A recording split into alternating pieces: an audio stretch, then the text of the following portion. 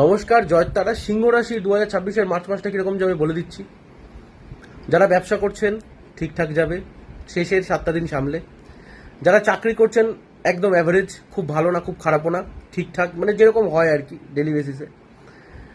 যারা প্রেম করছেন তাদের সময়টা এখানেও অ্যাভারেজ বলবো, খুব ভালো বলবো না খুব খারাপও বলবো না। কিন্তু যারা সিঙ্গেল রয়েছেন অনেকদিন ধরে, তাদের নতুন কারোর সাথে পরিচয় হতে পারে, আপনি কথা শুরু করতে পারেন। যারা বিয়ে করতে চান তাদের একটা সম্বন্ধ আসতে পারে বা সম্বন্ধ নিয়ে কথা হতে পারে।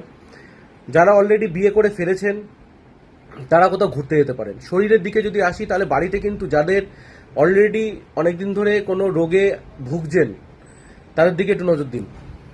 গুরুজন যে কেউ হতে পারে, সেখানে কিন্তু একটু খারাপ খবর আমি দেখছি। আমি খারাপ খবরই বলবো, সবার ক্ষেত্রে নয়।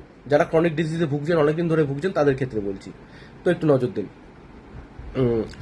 আপনার শরীর মোটের উপরে ভালো যাবে, কিন্তু ফ্যামিলিতে কারুর সাথে খুব ঝামেলা হতে পারে। জমি জায়গা বাড়ি গাড়ি এসব নিয়ে ঝামেলা হতে পারে, এবং সেটা অনেক দূর পর্যন্ত যাবে। তো একটু সামলাবেন। বন্ধু বান্ধবের সাথে সময়টা ভালো যাবে। বন্ধু বান্ধব আপনাকে হেল্প করতে পারে। যদি আপনি টাকা পয়সা ধার চান পেয়ে যাবেন। অনেক বন্ধু বান্ধবের কাছ থেকে আমরা টাকা পয়সা ধার নিই, তাদের কাছ থেকে পেয়ে যাবেন। বন্ধু মহলে আপনার একটা সুনাম হবে, আপনার কাজের জন্য, আপনার কথার জন্য।